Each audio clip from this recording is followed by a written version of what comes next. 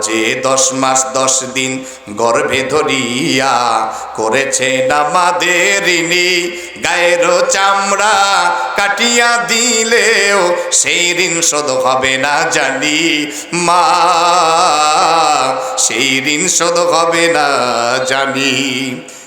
কতদিন দেখি না মায়ের ওই চাঁদ মুখ, কষ্টের হৃদয় পুরি, পিঠা পুলি বানাইয়া পায়েস রান্ধিয়া মা প্রতীক্ষা করি। কত ছেলে বাড়ি যায়, কত ছেলে বাড়ি যায়, আমার না কাজ ফুরায়, যাব যাব হয় না যাওয়া গায়ের বাড়িতে। মাঝে 10 মাস 10 দিন গর্ভে ধরিয়া করেছেন আমাদের ঋণী, গায়ের চামড়া কাটিয়া দিলেও সেই ঋণ শোধ হবে না জানি মা, সেই ঋণ শোধ হবে না জানি। হয়েছি আমার প্রিয় ভাইয়েরা, ওই সময় দেখা গেল ওই বিচারপতি তখন ছোট ভাইকে দেওয়ার জন্য এবার তার কাছে এবার মাকে পাঠাইতে বলল। এবার মাকে যখন তার হাতে তুলে দেওয়া হলো, বড় ভাইয়ের এমন অবস্থা হয়ে গিয়েছে, ওই জায়গায় দাঁড়ায়া দাঁড়ায়া চিৎকার মেরে কাঁদতেছে আর বলতেছে, আহারি এতদিন আমার বাড়িতে জান্নাত ছিল, আজকে জান্নাতটা আমার বাড়ি থেকে বের হয়ে গেল। সুবহানাল্লাহ। এই প্রিয় ভাইয়েরা, জীবনে মাকে কষ্ট দেওয়া যাবে না, বাবাকে কষ্ট দেওয়া যাবে না। দুনিয়ার বউরা সবাই স্বার্থপর, প্রায় এরা স্বার্থপর, টাকার জন্য তোমার সংসার করে, তোমার সংসার করে খাওয়ার জন্য, স্বার্থের জন্য শ্বশুর শাশুড়ি দুনিয়ার সবাই তোমার পিছে থাকে, কিন্তু মা বাবার ভালোবাসায় কোনো স্বার্থ থাকে না। ঠিক কিনা বলেন আমার প্রিয় ভাইয়েরা? যদি একটা বিপদে পড়ে যাও, ওই সময় তুমি বুঝবা শ্বশুর বাড়ির লোকেরা কেমনে তোমার সিপাই ফালায়া কত কষ্ট দিতে পারে, কত নির্যাতন করতে পারে, জামাইরে কেমনে অসম্মানী করতে পারে, কত জুলুম নির্যাতন করে ডাইনিরা। কথা কয় না কেন? সেনা নাই আমার প্রিয় ভাইয়েরা? এই জন্য তারা সবাই দুনিয়ার স্বার্থপর। মা বাবা বড়ই আপন। বিপদে পড়বেন, জীবনে মা আপনাকে কষ্ট দিবে না, বিপদে পাশে দাঁড়াবে, বাবা বিপদে পাশে দাঁড়াবে। টাকার দরকার, দুনিয়ার কেউ আপনার টাকার বেলায় কাজে লাগে না, কিন্তু মা বাবা যতই কষ্ট হোক না কেন, কিডনিটা বিক্রি করে হলেও সন্তানের কঠিন বিপদে মা আর বাবা পাশে দাঁড়ায়া যায়। ঠিক কিনা বলে আমার প্রিয় ভাইয়েরা? এর ভিতরেও অনেক নেককার আল্লাহওয়ালা বিবি আছে যারা স্বামীকে খুব ভালোবাসে, স্বামীর সাথে তর্ক করে না, স্বামীর সাথে বেয়াদবি করে না, স্বামীর অনেক খেদমত করে। আমি ইউটিউবে একটি ঘটনা দেখলাম, যেটা 14 দিন বিবাহের, মাত্র 14 দিন। কয়দিন? মাত্র 14 দিন। আহারে স্বৈরা শাসকের গোষ্ঠীরা ওনাকে ধরে গুম করে জেলখানায় নিয়ে গেছে। 14 থেকে 16 বছর পরে আল্লাহর বান্দা এই বছর বের হয়েছে। বের যখন হয়েছে, ওই যে 14 দিনের যেই বউ আছে, ওই বউ স্বামীর জন্য এখনো অপেক্ষায় রয়েছে। সুবহানাল্লাহ কইবেন না? তাহলে কেমন বিবি? স্বামীর জন্য 14 দিনের বউ। এই এত বছর যুগের যুগ পার হয়ে গিয়েছে, সে তো ইচ্ছে করলে বিয়ে করতে পারতো, কিন্তু বিয়ে করে নাই। স্বামীর জন্য অপেক্ষা। আমার স্বামী আমার কাছে একদিন না হোক একদিন আসবে। সুবহানাল্লাহ। আপনার এই যুগে আপনি কঠিন একটা অসুখে পড়েন, প্যারালাইজড হোক আল্লাহ না করুক, অথবা কঠিন আপনি একটা অসুখে পড়ে যান, দেখবেন আহারে আপনার সামনেই অন্যের হাত ধরে পালায়া যাবে। আমরা জীবিত আছি, শক্তি আছে, তারপরে বউদেরকে অনেকে শিল্পপতিরা কয় কি, কয় বউ একটু পানি খাওয়াও, কয় তুই নিয়ে খাইবার পারস না। আসলে নাই আমার প্রিয় ভাইয়েরা? তাহলে আপনি কঠিন একটা বিপদের মাঝে পড়ে যান, তখন বুঝতে পারবেন আপনি ধোকায় আছেন। যাদের বউ আছে আমি বলবো সব সময় মাথাটাকে পরিষ্কার রাখবেন, কারো ধোকায় পড়বেন না। মায়ের মতো কেউ হইতে পারবে না। মা যদি আমার কালো হয়, মা যদি আমার পেটেও হয়, মায়ের চেহারা যদি দেখতে সুন্দর নাও হয়, মা তো মা, মায়ের মতো দুনিয়ার কেউ হবে না। সন্তান এবার একটু যখন বড় হবে, আমরা সন্তান যখন কান্নাকাটি করে, সন্তানের চোখের সামনে আমরা গান দেখাই, ড্যান্স, ঠিক না? সন্তান কান্নাকাটি করে, এই কারণে দেখা যায় সন্তানের সামনে টিকটক ধরাইয়া দেয়। টিকটক কথা কয় না কেন? এখন হলো টিকটকের দিন। সন্তান কান্নাকাটি করলেন, মোবাইলটা বাগির করে ইউটিউবে ঢুকে টিকটক মারে বিভিন্ন ভাবে, কথা কয় না কেন? বিভিন্ন চ্যানেল আর সেগুলা ধরাইয়া দেয়, গান বাজনা শোনায়। মানুষটা হলো নিষ্পাপ, ছোট মানুষ। নিষ্পাপ মানুষটাকে এবার খারাপ অভ্যাসে অভ্যাসিত করা হয়। যখন ড্যান্স দেখায়, বাচ্চাটার বয়স যখন 2 বছর হয়ে যায়, এই ছোট বাচ্চাটাকে ড্যান্স দেখাইতে দেখাইতে এমন বানায়া ফেলে, এখন 2 বছরের বাচ্চা খালি ব্যাঙের মতো খালি লাফাইতে থাকে, কথা কয় না কেন? সন্তান কান্নাকাটি করলে আপনি সন্তানের সামনে কোরআন তেলাওয়াত ধরিয়ে দেন। সন্তানের সামনে আপনি কোরআন নিজেও তেলাওয়াত করেন, আপনি টান দিবেন আলহামদুলিল্লাহি রাব্বিল আলামিন।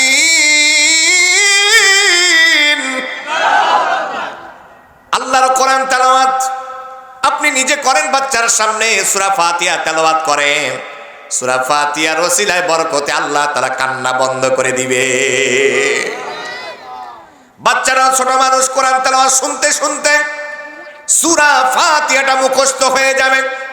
ছোট বয়সে দেখবেন আপনার বাচ্চারা আপনাকে সূরা ফাতিহা মুখস্থ শোনাবে, ঠিক কিনা?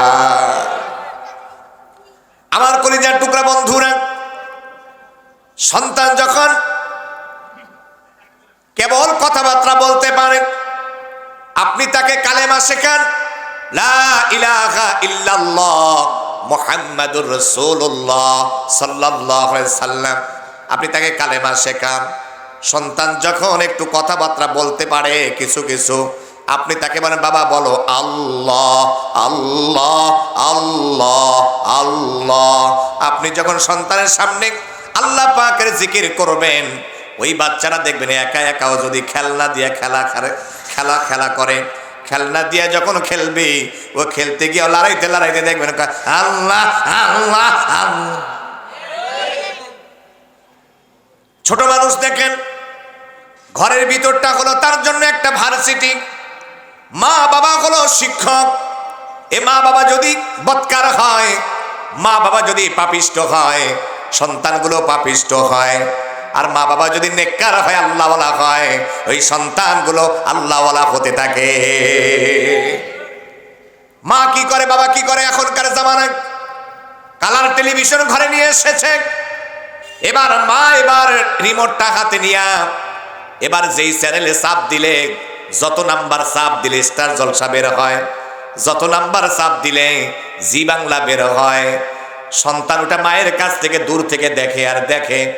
সন্তান কিন্তু এখনো ভালো করে হাঁটতেও পারে না। এবার কাছে এসে রিমোটটা সন্তান হাতে নিয়া টিভির দিকে ধরিয়া খালি এরম এরম করে।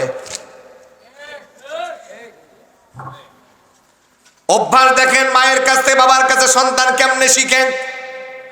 আমার ভাইয়েরা, বন্ধুরা আমার, সন্তান এবার যখন একটু বয়স হয়ে যাবে, আপনি সন্তানটাকে মাদ্রাসায় পড়াবেন। মা বাবার জন্য কিন্তু হক আছে। প্রিয় ভাইয়েরা, সন্তানদের প্রতি দায়িত্ব আছে, করণীয় আছে। সন্তানের বয়স যখন একটু হয়ে যায়, মোটামুটি কথাবার্তা বলতে পারে, আপনি তাকে কেজিতে পাঠায়া বেজি না বানায়া আপনি কিন্ডার গার্ডেন, এরকম ভালো মাদ্রাসা আছে এখন। আমার প্রিয় ভাইয়েরা, এই যে আজকের মাদ্রাসার প্রোগ্রাম করতেছে, আপনি মাদ্রাসায় পাঠায়া দেন। সন্তানটাকে যখন আপনি ছোটবেলায় মাদ্রাসায় পাঠাবেন, সে হাট্টি মাটিম টিম এগুলো শিখবে না, সে শিখবে হলো আলিফ লাম আর মিম। হাট্টি মাটিম টিম, এই দুনিয়ার জাগতিক শিক্ষাগুলো যখন হাট্টি মাটিম টিম বলে, একটা সওয়াবও হয় না। কিন্তু আলিফ লাম মিম বলার সাথে সাথে, আলিফ বলার সাথে সাথে 10টা নেকি আমল নামায় উঠে যায়। এজন্য আমাদের সওয়াবের দরকার আছে না নাই? সন্তানদেরকে হাট্টি বাটিম টিম শিখাবো না আলিফ লাম মিম শিখাবো? আমার কলিজার টুকরা ভাইরা রে আমার, সন্তান যখন বড় কোনো মাদ্রাসায় পাঠাইয়া দেন, এই বাচ্চাগুলো মাদ্রাসায় পড়বে, এক একজন ভালো হাফেজ হবে, সালেহ আহমেদ তাকরিমের মতো ভালো হাফেজ হবে। নাজমুস সাকিবের মতো ভালো হাফেজ হবে। আমাদের এই সন্তানগুলো বাহিরে প্রতিযোগিতায় গিয়া প্রতিযোগিতার মাধ্যমে 1 নাম্বার হয়ে আপনার সন্তান দেখবেন বাংলাদেশে ফিরে আসবে, পুরা বাংলাদেশটাকে পুরা বিশ্বের ভিতরে সম্মানের সাথে উঁচু করে রাখবে, ঠিক কিনা? আপনার জীবনের টার্গেট রাখেন বড়, আমার সন্তান যেন আল্লামা মামুনুল হক সাহেবের মতো তৈরি হয়, আমার সন্তান যেমন ডক্টর মিজানুর রহমান আজহারীর মতো তৈরি হয়, আমার সন্তান যেমন ভালো আলেম হয়, মুফতি মুহাদ্দিস হয়। এজন্য আপনাকে সন্তানদের পিছনে সময় দিতে হবে, ঠিক কিনা? ঠিক কিনা? আমার প্রিয় বন্ধুগণ, খারাপ লাগতেছে? আল্লাহ রাব্বুল আলামিন মা বাবাকে সন্তানদের জন্য কিছু দায়িত্ব কর্তব্য দিয়েছেন। মা বাবা যদি সন্তানদের হক আদায় করে, দায়িত্ব পালন করে, এই সন্তানগুলো দায়িত্ব পালনের মাধ্যমে এমন নেককার হয়, আল্লাহওয়ালা হয়। এই সন্তানের মা বাবার খেদমত করে, মাকে সম্মান দিয়ে কথা বলে, বাবাকে সম্মান দিয়ে কথা বলে। আর যারা সন্তানদেরকে মাদ্রাসায় পড়ায় না, কোরআনের নূর যাদের সিনার ভিতরে ঢুকিয়ে দেয় না, এগুলো পরিপূর্ণ মানুষ হয় না, এগুলো জানোয়ারের মতো আচরণ করে, ঠিক কিনা বলেন? আমার প্রিয় ভাইয়েরা, বন্ধুরা আমার, অমানুষ থেকে যান যাদের দিলের ভিতরে আল্লাহর কোরআনের নূর থাকে। যে ব্যক্তি কোরআন তেলাওয়াত করে এরা কখনো খারাপ হয় না, এরা গান বাজনায় যায় না, এরা ইয়াবা খায় না, এরা মদ খায় না, এরা নেশা করে না, মা বাবার জীবনে কষ্ট দেয় না। আমার প্রিয় ভাইয়েরা, আপনারা বিজ্ঞ মানুষ, আপনারা নেককার মানুষ, খুব খেয়াল করেন। দেখেন তো এই জামানার ভিতরে, দেখেন তো কোনো আলেম হাফেজ কোরআনের মা বাবা কি কখনো বৃদ্ধাশ্রমে পাওয়া যায়? তাদের মা বাবা পাওয়া যায় না। পাওয়া যায় কাদেরকে? যারা শিল্পপতি, যারা কোটিপতি, যারা ডাক্তার, মাস্টার, জজ, ব্যারিস্টার। আরে অনেক এরকম শিল্পপতির মা বাবারা বৃদ্ধাশ্রমে আছে, ঠিক কিনা? আমার প্রিয় বন্ধুগণ, এজন্য আপনি যদি আপনার সন্তানের হক আদায় করতে পারেন, আল্লাহর কালামুল্লাহ শিখাইতে পারেন, খুব কষ্ট করে যদি আপনি হাফেজ বানাইতে পারেন, আলেম বানাইতে পারেন, একজন হাফেজ একজন আলেম আপনার জন্য কিয়ামতের ময়দানে নাজাতের ওসিলা হয়ে যাবে। সুবহানাল্লাহ। আমার দিকে কান লাগাও, চোখ দিয়ে আমার দিকে দেখো প্রিয় ভাইয়েরা আমার, সম্মানিত বন্ধুগণ আমার। আল্লাহর কোরআন কেউ শিখলেন, তাকে যে কোরআন পরিবর্তন করতে পারে, মানুষ বানায়া দিতে পারে। আল্লাহর কোরআন মানুষকে যে পরিবর্তন করে দেয়, নেককার বানায়া দেয়, আল্লাহওয়ালা বানায়া দেয়, তার দৃষ্টান্ত প্রমাণ হলো হযরতে ওমর রাদিয়াল্লাহু তাআলা আনহু। হযরতে ওমরের একটি ঘটনা শোনেন। হযরতে ওমর রাদিয়াল্লাহু তাআলা আনহু যখন তিনি অমুসলিম ছিলেন, আল্লাহর পয়গম্বর হযরতে ওমরের জন্য একদিন দোয়া করলেন। আল্লাহ পাককে ডেকে বললেন, রব্বুল আমিন, আয় আল্লাহ তাআলা, হিশামের ছেলে আবু জাহেল অথবা খাত্তাবের ছেলে ওমর, এই দুইজনের ভিতরে যে কোনো একজনকে আল্লাহ আপনি ইসলামের জন্য কবুল আর মঞ্জুর করে নেন। সুবহানাল্লাহ। ওই দিন থেকে হযরতে ওমরের দিলের ভিতরে, হৃদয়ের ভিতরে আল্লাহ রাসূলের প্রেম মহব্বত আরো বাড়তে লাগলো। সব সময় নবীজিকে খোঁজাখুঁজি করে। একদিন নবীজিকে খুঁজতে খুঁজতে হযরতে ওমর মসজিদুল হারামে আসলেন। আল্লাহর পয়গম্বর মসজিদুল হারামে নামাজ পড়তেছেন।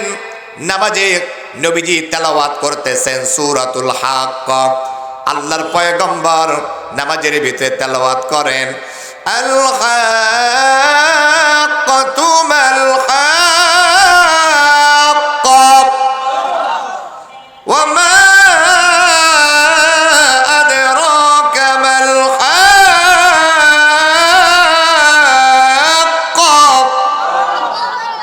এত সুন্দর মিলিয়ে মিলিয়ে নবীজি যখন তেলাওয়াত করতেছেন, হযরতে ওমর পিছন থেকে বলেন, কিরে এত সুন্দর মিলায়া মুহাম্মদ তেলাওয়াত করে, মনে হয় মুহাম্মদ কবি হয়ে গিয়েছে।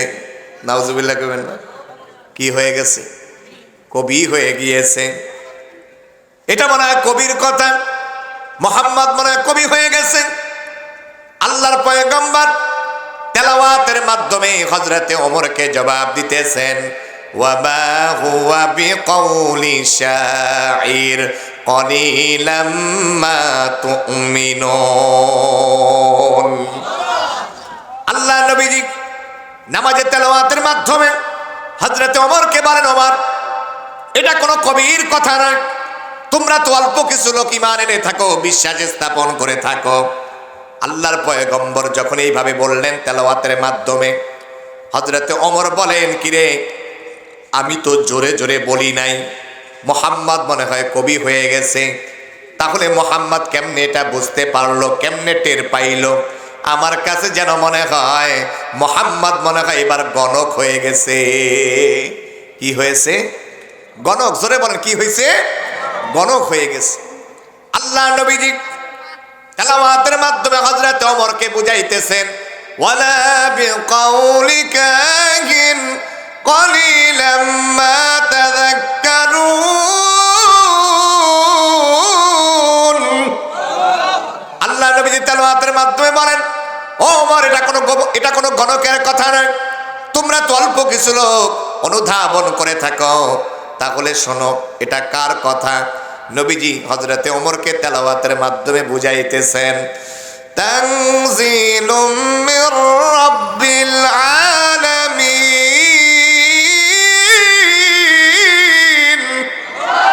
মহামান্বিত আল্লাহ পাক রব্বুল আলামিনের পক্ষ থেকে এটা হলো নাজিল করা কুরআন আল কারীম। সুবহানাল্লাহ। হযরতে ওমর তেলাওয়াত শুনলেন মন ভরে, তেলাওয়াত শুনে চলে গেল বাড়িতে। সকালবেলা এবার কাফের আর বেঈমানেরা এলান করলো, মক্কার মাটিতে এমন কেউ যদি থেকে থাকো, মুহাম্মাদের কল্লা এনে দিতে পারো, তাকে 100 উট পুরস্কার দেওয়া হবে। কয়শো উট? 100 উট। হযরতে ওমর এবার হাতে নাঙ্গা তলোয়ার নিয়ে আল্লাহ নবীজির কল্লা আনার জন্য ছুটে চলে যায়। রাস্তায় একজনের সঙ্গে দেখা হয়ে গেল। লোকটা ডেকে বলতেছেন, ওমর, তুমি কই যাও? বলে, মুহাম্মাদের কল্লা আনার জন্য যাই। লোকটা ডেকে বলতেছেন, তুমি মুহাম্মাদের কল্লা পরে আনতে যাও।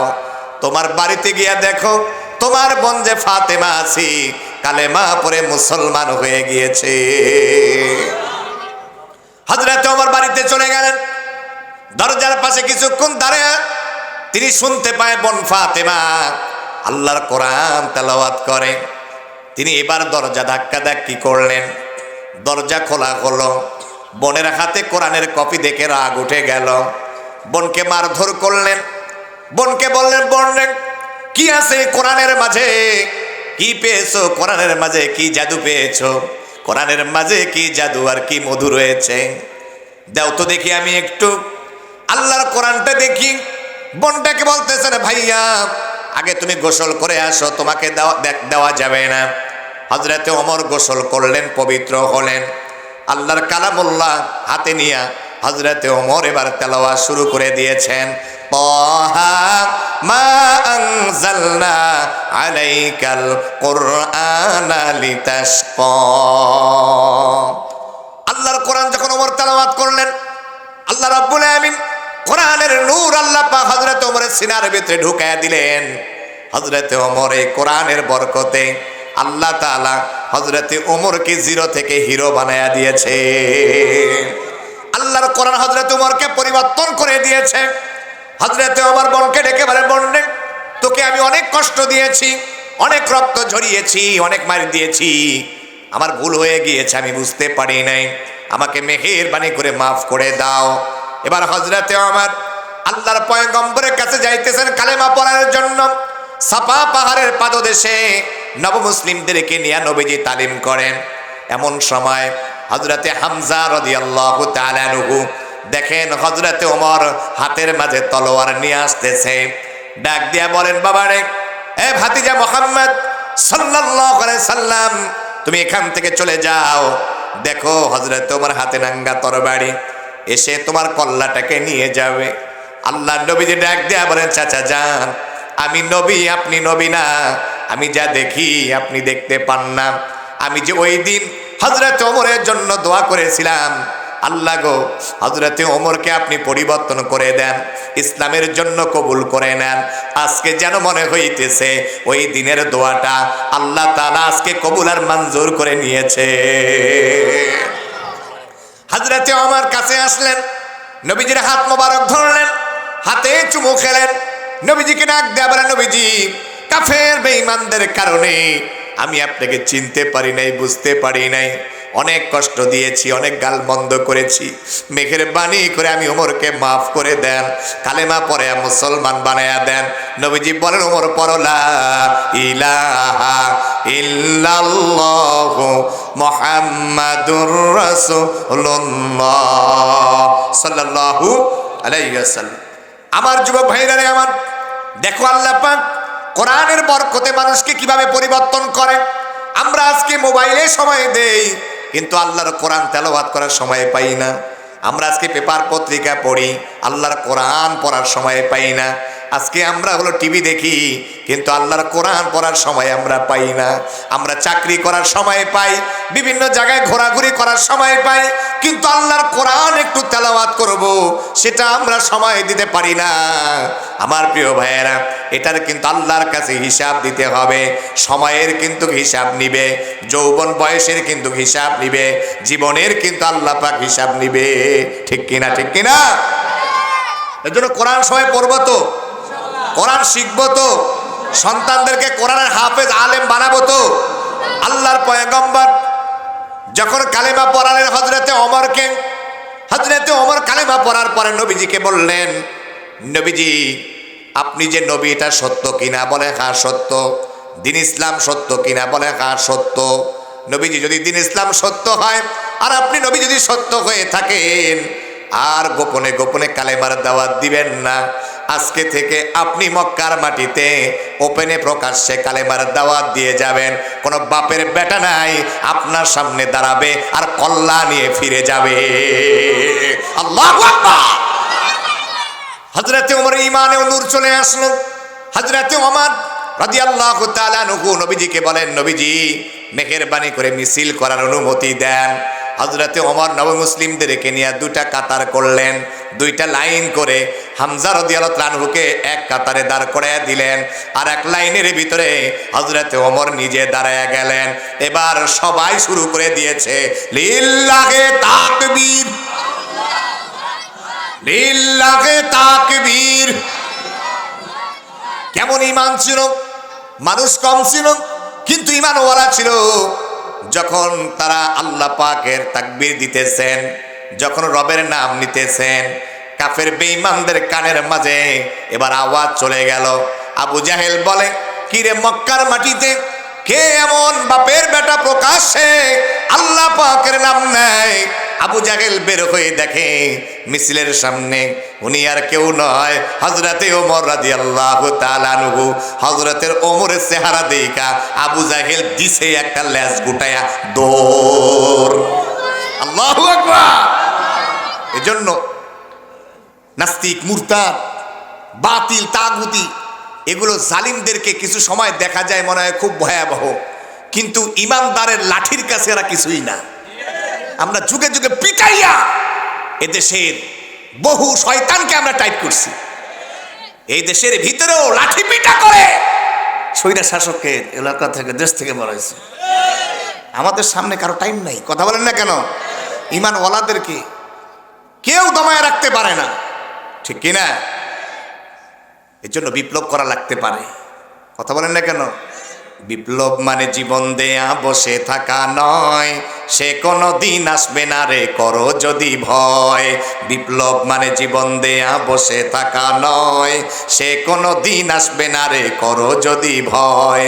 আসবে বিজয় রক্ত আর জীবনের বিনিময়, আসবে বিজয় রক্ত আর জীবনের বিনিময়। বিপ্লব মানে জীবন দেয়া বসে থাকা নয়, সে কোনো দিন আসবে না রে করো যদি ভয়। জোরে জোরে ঠিক কিনা, ঠিক কিনা? লড়াইয়ের ওই ময়দানেতে যেতে তোমাকে হবে, প্রয়োজনে সব রক্তটুকু জমিনেই ঢেলে দিবে। লড়াইয়ের ওই ময়দানেতে যেতে তোমাকে হবে, প্রয়োজনে সব রক্তটুকু জমিনেই ঢেলে দিবে, তবুও তোমায় লড়তেই হবে, মানিবে না পরাজয়, তবুও তোমায় লড়তেই হবে, মানিবে না পরাজয়। বিপ্লব মানে জীবন দেয়া বসে থাকা নয়, সে কোনো দিন আসবে না রে করো যদি ভয়, ঠিক কিনা? কোথা থেকে কোন ভিনদেশি শকুন আমার দেশে এসে সেবার নামে বসছিল জুড়ে মীর জাফরের বেশে, কোথা থেকে কোন ভিনদেশি শকুন আমার দেশে এসে সেবার নামে বসছিল জুড়ে মীর জাফরের বেশে, ওদের করতে নাস্তানাবুদ হতে হবে নির্ভয়। বিপ্লব মানে জীবন দেয়া বসে থাকা নয়, সে কোনো দিন আসবে না রে করো যদি ভয়। লিল্লাহে তাকবীর। আমার প্রিয় ভাইয়েরা, বন্ধুরা, আমরা ঘটনা থেকে কি শিখলাম? কেউ যদি কোরআনের কাছে আসে, কোরআন শেখে, আল্লাহ তার হেদায়েত দেয়। যদি তুমি একেবারে খুব খারাপ মানুষ হও, তোমার মতো খারাপ মানুষ দুনিয়ায় কেউ নাই, আল্লাহর কোরআন তেলাওয়াত শুরু করে দাও, আল্লাহ কোরআনের বরকতে এমন নেককার বানায় দিবে, তোমার মতো ভালো মানুষ ওই এলাকায় আর একটাও পাওয়া যাবে না। এজন্য কোরআন শেখার দরকার আছে না নাই? সন্তানদেরকে কোরআন শেখাবো, হাফেজ আলেম বানাবো। কেউ যদি রিক্সা চালায়াম, ভ্যান চালায়াম, গার্মেন্টসে শ্রম দিয়াম, একটা সন্তানদেরকে হাফেজে কোরআন বানাইতে পারে। আল্লাহর পয়গম্বর বলেন, একজন হাফেজে কোরআনের মা বাবার এত মর্যাদা, কিয়ামতের কঠিন মুসিবতের দিনে একজন হাফেজে কোরআনের মা বাবার মাথার মাঝে আল্লাহর ফেরেশতারা নূরের মুকুট পরাইয়া দিবে।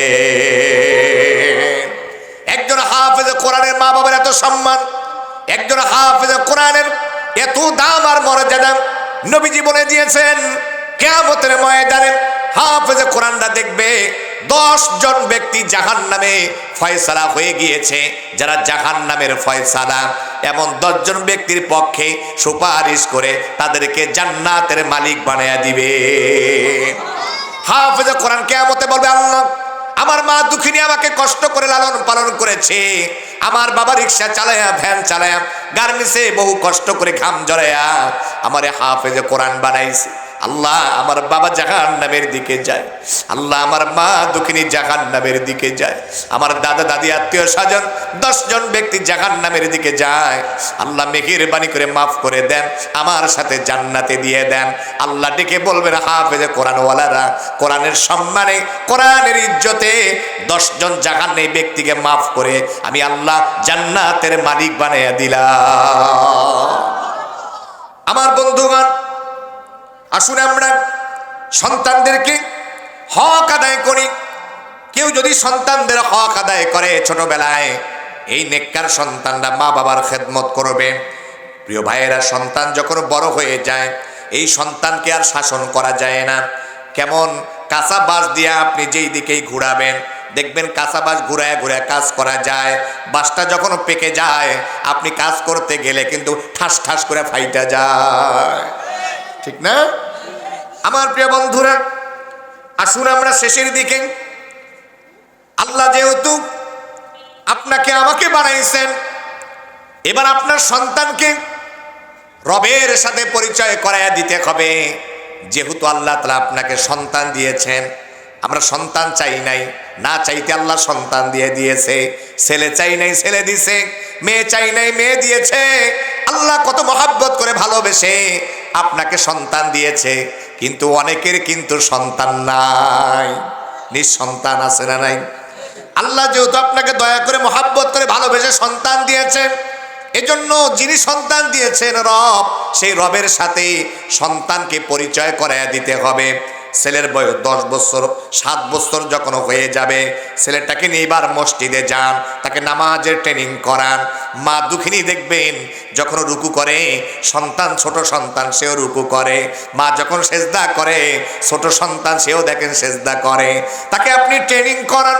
বাবা তাকে হাতটা ধরে মসজিদে নিয়ে যান, নামাজের ট্রেনিং করাবেন। 10 বছর বয়সে যেই সন্তান নামাজ আদায় করবে না, তাকে প্রহার করেন, পিটাইয়া হলেও নামাজ পড়াইতে হবে। হবে। সুবহানাল্লাহ। যার বয়স 10 বছর হয়ে যায়, যদি মেয়ে হয় তাহলে বাবার সাথে আর ঘুমাইতে পারবে না, বিছানা আলাদা করে দেন। ছেলের বয়স 10 বছর, এবার মায়ের সাথে আর ঘুমাইতে পারবে না, বিছানা আলাদা করে দেন। নবীজি বলেছেন 10 বছর যাদের, তাদের বিছানা আলাদা করে দাও। সুবহানাল্লাহ। আমার বন্ধুরা, আসুন, সন্তানদের হক নিয়ে তো কিছু কথা শুনলাম। এবার যারা আমরা সন্তান, আমরা এবার মা বাবার খেদমত করতে হবে। মা বাবা যেহেতু ছোটবেলায় অনেক কষ্ট করেছে, আমরা যখন ছোট ছিলাম ট্যাঁ করে কান্দি, পেশাব করে দেই, পায়খানা কেউ পরিষ্কার করে না মা দুঃখিনী ছাড়া, মায়ের কাছে ঘৃণাও লাগে না। রাত্রিবেলা সবাই ঘুমায় গেল, কিন্তু মা ঘুমায় না। সন্তান পেশাব করে দিয়েছে, তারা সরাইয়া দিয়া আবার শুকনা তারা নিচে দেয়, সন্তানটাকে কোলে নিয়া মা দুঃখিনী কপালে চুমু দেয়, ঠোঁটে চুমু দেয়, আব্বু বলে একটা ডাক দেয়। কত আদর করে মা সন্তানদেরকে, আবার ঘুম পাড়ায়া দেয়। এইভাবে করে মা কষ্ট করে। মাকে কষ্ট দেওয়া যাবে না, বাবাকে কষ্ট দেওয়া যাবে না। এই যুগে আমি অনেক দেখেছি, অনেক বউরা এত খারাপ, এত খারাপ, এত দজ্জাল, জঘন্য জঘন্য, এমন ডাইনি বউ আছে এই জামানায়, যারা স্বামীকে বিভিন্নভাবে নানা রকম কান পরা দিয়া মায়ের কাছ থেকে, বাবার কাছ থেকে দূরে নিয়ে যায়। তখন এই ছেলে মাকে ভাত দেয় না, বাবাকে ভাত দেয় না, মাকে কষ্ট দেয়, বাবাকে কষ্ট দেয়। এমন বউ বলেন তো আছে না নাই? কম না বেশি? এই জন্য আপনাদেরকে বলবো, লক্ষ কোটি বউকে যদি আপনি এক পাল্লায় রাখেন, মা দুঃখিনীর মাথার চুল যদি অপর পাল্লায় রাখেন, কখনো লক্ষ কোটি বউ মায়ের চুলের সমতুল্য হতে পারে না, মায়ের চুলের সমতুল্য হতে পারে না। এজন্য মাকে কষ্ট দেওয়া যাবে না, বাবাকে কষ্ট দেওয়া যাবে না। নবীজি বলে দিয়েছেন, কোন মা কোন বাবার চেহারার দিকে কোন সন্তান নেক নজরে যদি একবার তাকায়, আল্লাহ তার আমলনামার ভিতরে একটা কবুল হজের সওয়াব লিখে দেয়। আমার প্রিয় ভাইয়েরা, হজ তো আপনার ঘরের ভিতরে। অনেকে আমরা বুঝি না, আমরা মা বাবার সম্মান বুঝি না, মাকে মারতে যায়, বাবাকে মারতে যায়। আহারে, মা বাবা কত সম্মানী, মা বাবা হলো পীর, মায়ের চেয়ে বাবার চেয়ে বড় পীর দুনিয়ায় কেউ নাই। মা বাবা দোয়া করলেও কবুল, মা বাবা বদদোয়া করলেও কবুল হয়ে যায়। মা বাবা দোয়া করলে কেমন কবুল হয়ে যায় শুনুন। একজন আল্লাহর ওলির ঘটনা শোনাবো। হযরতে বাইজিদ বুস্তামি রহমতুল্লাহ আলাইহি, উনি যখন ছোট ছিলেন, মা দুঃখিনী রাত্রিবেলা অসুস্থ মানুষ ডেকে বলতেছেন, আব্বু পানি পান করাও।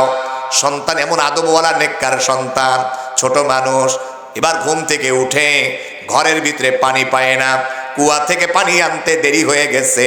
এসে দেখে মা দুঃখিনী ঘুমিয়ে গিয়েছে। সারাটা রাত হাতের মাঝে পানি নিয়া হযরতে বাইজিদ দাঁড়ায় আছে। আমার প্রিয় ভাইয়েরা, মায়ের ঘুম ভেঙে গেল। মা দুঃখিনী দেখে বাইজিদ পানি নিয়ে দাঁড়ায় আছে, ডেকে বলে, বাবা পানিটা রেখে ঘুমাইলা না কেন? ডাক দিয়া বলে, মা গো, আবার যদি পানি চাও, যত সময় পানি না দিতে পারি তোমার কষ্ট হয়ে যাবে। এই জন্য আমি তোমার ছোট্ট বাইজিদ সারা রাত দাঁড়ায় আছি তোমার জন্য। আমার প্রিয় বন্ধুরা, মা এবার হাতের পানিটা নিয়ে পান করলেন, হযরতে বাইজিদকে ঘুম পাড়াইয়া দিলেন। মা দুঃখিনী ওযু বানালেন, নামাজ আদায় করলেন, আল্লাহর দরবারে দুখানা হাত পেতে বলেন, রব্বুল আমিন, আমার বাইজিদ আজকে আমার জন্য যা করেছে, আমি মায়ের মনটা খুশি হয়ে গিয়েছে। আল্লাহ, আমার সন্তান বাইজিদকে আপনার ওলি বানায়া নেন। ওই দিন যে মা দুঃখিনী সন্তান বাইজিদের জন্য দোয়া করেছে নামাজ পড়ে, আল্লাহ মায়ের দোয়ার বরকতে বাইজিদকে আল্লাহর ওলি বানায়া নিয়েছে। আমার প্রিয় ভাইয়েরা, মা বাবা দোয়া করলেও কবুল হয়, বদ দোয়া করলেও কবুল হয়। আমার প্রিয় বন্ধুরা, এমন সন্তান এখনো পৃথিবীতে আছে যারা মাকে অনেক ভালোবাসে, বাবাকে ভালোবাসে, শেষ পর্যন্ত মামলা পর্যন্ত করেছে। একটা বই পড়লাম, লেখকের নামটা ভুলে গেলাম প্রিয় ভাইয়েরা। উনি লিখতে গিয়ে আরিফ আজাদের একটা বই আছে মা, ওই বইয়ের ভিতরে আমি পড়েছি, দুই ভাই আছে, এই দুই ভাইয়ের ভিতরে মাকে তারা এত ভালোবাসে, বড় ভাই মাকে এত ভালোবাসে, দীর্ঘদিন মায়ের খেদমত করেছে, ছোট ভাই এবার অপেক্ষায়, মাকে এবার আমার কাছে দিলে মায়ের খেদমত করব। কিন্তু বড় ভাই মাকে দেয় না, নিজেই খেদমত করে সওয়াব কামায়। ছোট ভাই এবার ভাইকে বলে, ভাইয়া তুমি তো অনেক দিন মায়ের খেদমত করলা, অনেক সওয়াব তুমি কামাই করে